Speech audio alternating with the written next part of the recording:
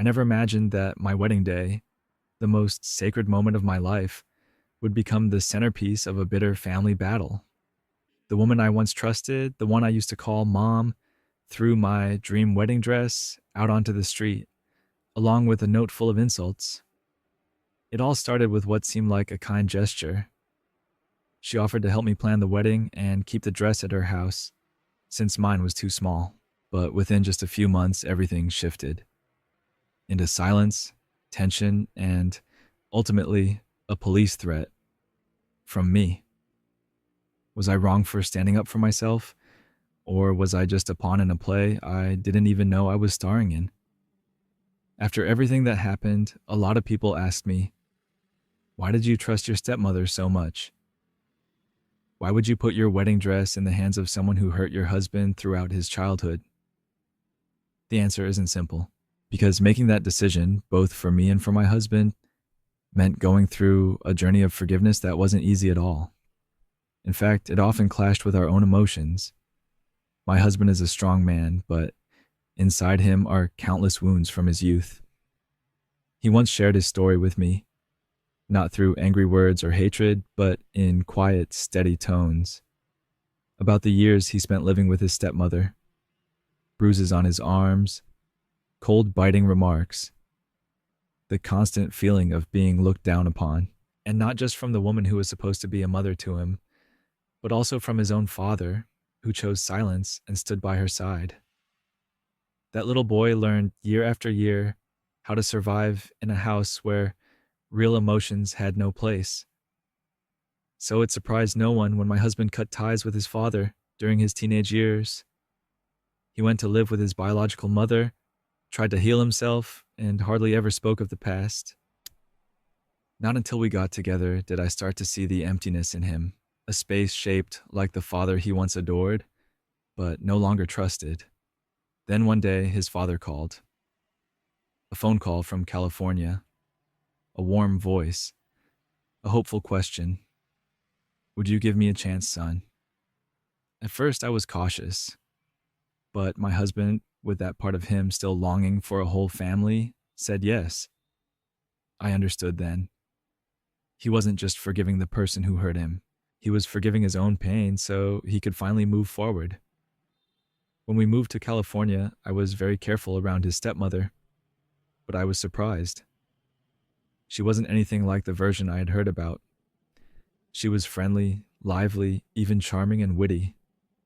She ran her own event planning company, had a deep love for flowers and beauty, and me, a hopeless romantic planning her wedding, slowly got drawn into that world.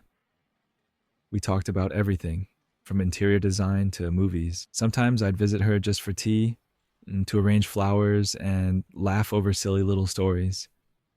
My husband still kept a respectful distance. Perhaps his heart still had boundaries. But me, I started to believe that people can change, that no matter how bad the past was, it doesn't have to keep someone from showing up in the present with a new heart. That's why, when she offered to help plan our wedding as a gift, I didn't hesitate. She was excited to go wedding dress shopping with me, something I always thought was sacred for any mother. My mom flew in from Texas, and the three of us, my biological mother, my stepmother, and me, sat together, picking out dresses and laughing like a real family. In that moment, I thought, maybe I'm lucky enough to heal a crack from the past. But I was wrong.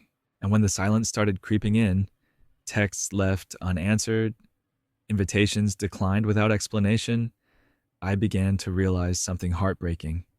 Some wounds, no matter how beautifully you wrap them in flowers and lace, were never truly healed to begin with. Amid the hectic days of wedding planning, I still found time to text my stepmother about every little detail, from the main color palette to the shape of the floral arrangements. Every conversation with her felt calm, joyful, almost as if the past wounds had never existed.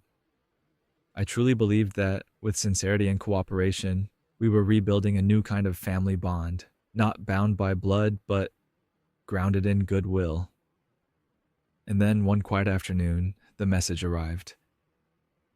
Just a few short lines. yet enough to bring down everything I thought we were building. I can no longer support the wedding. I'm sorry, but I won't be attending either. No explanation, no emotion, no warning signs. Just a cold, decisive statement, as if everything we had shared meant absolutely nothing.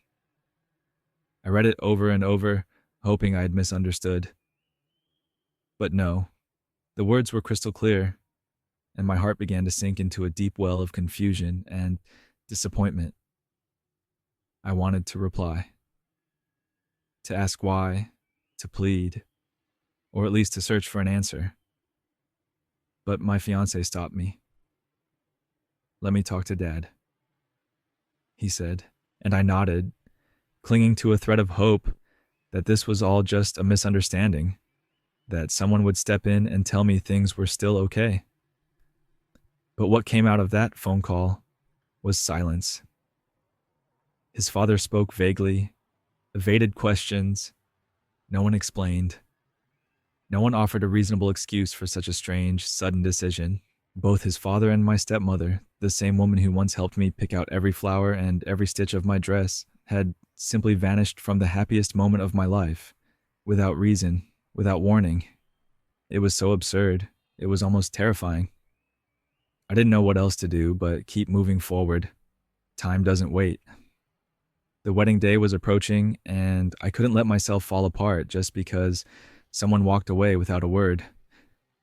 But then 3 months passed. I still didn't have my wedding dress. The dress, the one I cried over the first time I tried it on, was still at the house of the woman who once promised she'd walk beside me into my new life. I messaged her 3 times. No response. Once again, the silence became a weapon, one that left me not only furious, but emotionally drained. I turned to my fiancé. He called his father. No answer. He texted. Still nothing. And for the first time in my life, I understood what it meant to feel powerless. When the thing that belongs to you is held by someone else, and there's no way to take it back. That's when I wrote the final message. No more niceties, no more saving face. Just a clear warning. If I don't have my wedding dress in hand by 2 p.m. on X date, the police will be at your house. My hands were shaking when I sent it. I'm not the kind of person who raises her voice. I'm not someone who makes threats. But what choice did I have? I had been polite. I had been patient. I had stayed silent to preserve the relationship. But when everything you trusted is betrayed, you're left with no option but to stand up and protect yourself in any way you can. And not even 5 minutes later, my phone rang. It was my father-in-law, and what he said only drove one truth deeper into my heart. That sometimes kindness becomes the very reason people think it's okay to treat you like you don't matter. My father-in-law's voice blared through the phone, urgent, irritated. No apology, no empathy. Just a cold, scripted line, repeated like someone was forcing him to say it. There was no need to call the police. If you hadn't hurt your stepmother's feelings by ignoring her messages, things wouldn't have come to this. I couldn't believe what I was hearing. Hurt her feelings? I was the one hurt first. I was the one abandoned without a word. I was the one who texted 3 times asking for something that belonged to me, only to be met with complete silence. And now, somehow, it was all my fault, just because I dared to speak up for myself. Beside me, my husband could no longer hold back. He didn't raise his voice, but his tone was cold, sharp, unwavering. Dramatic or not, we're serious. If the dress isn't returned, the police will be. A few seconds of silence. Then his father's voice again, this time softer, hurried. Fine, come get it. Right now. We got in the car immediately. Neither of us said a word the entire ride. My heart pounded. Not from anger, but from a strange, sinking feeling. Like I was about to face something that would hurt even more than rejection. When we arrived, the house was locked. No one came out. No greeting, no handoff. Just a white wedding dress, carelessly rolled up, lying on the dusty asphalt in front of the garage. Next to it, a folded sheet of A4 paper taped with clear Scotch tape. My hands trembled as I picked it up. You're a drama queen, and your wedding will be as ugly as you are. I went numb. For a moment, it felt like the world around me froze. No cars, no wind, just the thudding in my chest and the icy chill racing down my spine. This was the same woman who once sat across from me, picking out flowers and fabric swatches. The one who smiled at me with warmth in her eyes, shared stories from her past, and told me she wanted a fresh start. And now, this very same woman had thrown it all away. Not just a dress, but every ounce of trust, joy, and kindness I had ever offered her. I didn't cry. Not because I was strong, but because the pain had pushed me past the point where tears could even fall. I held the dress close to my chest. It was wrinkled, stained with dust and the sharp scent of gasoline, and I sat down quietly on the front step. My husband stood beside me, silent. I knew he was hurting too. Not just for the dress, but because he had just lost, again, a relationship he had tried so hard to save. He had tried to forgive. He had tried to believe. But in the end, all he got was cruel retaliation, wrapped in the mask of family. And in that moment, I understood something with absolute clarity. Some people don't want to be forgiven because they never intended to change. They only exploit kindness as a tool to control, to hurt, until there's nothing left of you. The dress was eventually cleaned, repaired, but the memory of how it returned to my arms, that will never wash away. We returned home in silence, carrying a wedding dress that was no longer whole in spirit, and a hollow emptiness swelling in my chest. I thought it would end there, that I had reclaimed what was rightfully mine, that I could move forward with the wedding, even if my heart was still full of unanswered questions. But I was wrong. Just a few days later, strange looks began to follow us when we went out. My husband's relatives, people who once smiled and laughed with me, now looked at me as if I had committed some unforgivable crime. No one said anything. No one confronted me directly. They just quietly avoided me, or worse, tossed me silent glances filled with thinly veiled contempt, like needles pricking through skin. One of his aunts, someone I used to hold dear, suddenly canceled her RSVP to the wedding. Her message was short and cold. I don't take part in childish drama. I was stunned.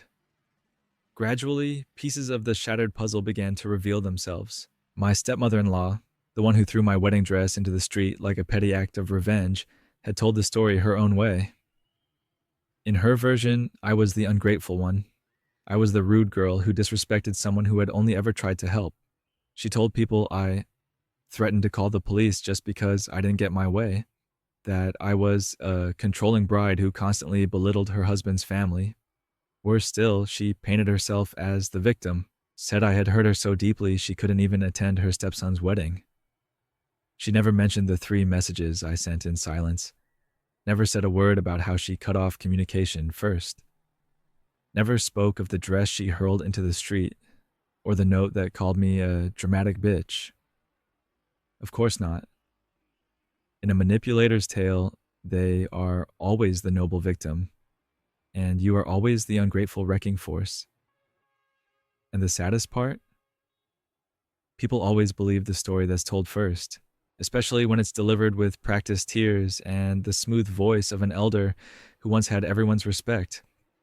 I used to believe the truth would speak for itself, that if I remained calm, kind, and didn't overreact, people would eventually see who was truly right or wrong. But I was naive. In a world where public opinion is driven by emotion, the truth isn't the strongest weapon, the story is. And whoever tells it first, and better, usually wins. My husband stayed silent. He said, "They never stood up for me when she abused me." It's not surprising they're turning their backs on you now. He was hurt, but hurt in a way he'd gotten used to. Me? I was just beginning to feel the sting of being cast out by an entire family system just because I refused to stay silent after being disrespected.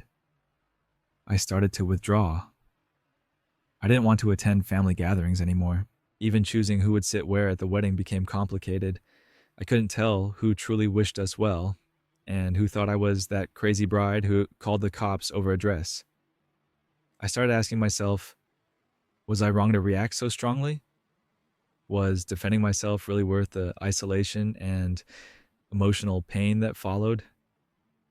And then I realized when you're a woman, especially a bride to be, people expect you to be gentle, tolerant, and quiet, no matter how badly you're treated. But I wasn't born to endure injustice, especially not in the name of keeping peace or because someone carries the label of family. If standing up for myself makes people call me dramatic, then so be it. I'd rather carry that label than be silenced into submission and trapped in a toxic version of harmony. Always, after everything that happened, I often find myself asking the same question this whole story began with. Was I wrong to threaten to call the police just to get my wedding dress back? At first glance, it sounds like a simple question, but behind it lies a mountain of emotion that not everyone can understand. Because to reach that point, I had to push past countless moments of holding my tongue, trying to keep the peace, and forgiving people who never once truly said sorry. I used to believe that if I was kind enough, gentle enough, patient enough, people would appreciate that. But this experience taught me that kindness without boundaries is often mistaken for weakness, and people will take advantage of it until there's nothing left for you to give. They said I was being dramatic. They said I was making a big deal out of nothing. But let me ask, if I hadn't stood up for myself, would the dress have ever made it back to me? If I had stayed polite and silent, would I have earned any respect? Or would I have kept being ignored, manipulated, and ended up at my own wedding with nothing to wear? I chose to take action. Not to start a war, but because I knew if you don't draw the line, people will never know where not to cross. And even if the price I had to pay was being shunned by my in-laws, the judging stares, the whispers behind my back, I don't regret it. Because I would rather be misunderstood for standing up for myself than live under the false impression that I have no voice. I didn't go around telling every family member what happened. I didn't defend myself online. I didn't post screenshots or share receipts, even though I had them all. The messages, the timestamps, the words spoken, because I believe that time will speak for itself. And those who were quick to believe a one-sided story will one day realize the truth isn't always in the first version told. More importantly, I don't need to prove anything to the people who turned their backs on me when I needed them most. All I need is to keep my peace, my dignity, and have a wedding that truly belongs to me, free from people who pretend to be kind, but are ready to discard me the moment I stop pleasing them. I had my wedding with the support of my mother, my closest friends, and my husband, the one who saw everything and still chose to stand beside me through it all. The dress was fixed, cleaned, and worn with pride. It wasn't perfect. It had flaws, but it was still beautiful in its own way, just like me. And if someone ever asked me again, were you out of line for threatening to call the police? I'll smile and say, no. I was just the only one brave enough to speak up when everyone else chose to stay silent. Because sometimes it's not just about getting a dress back. It's about reclaiming your voice, your self-respect, and your right to be treated like a human being.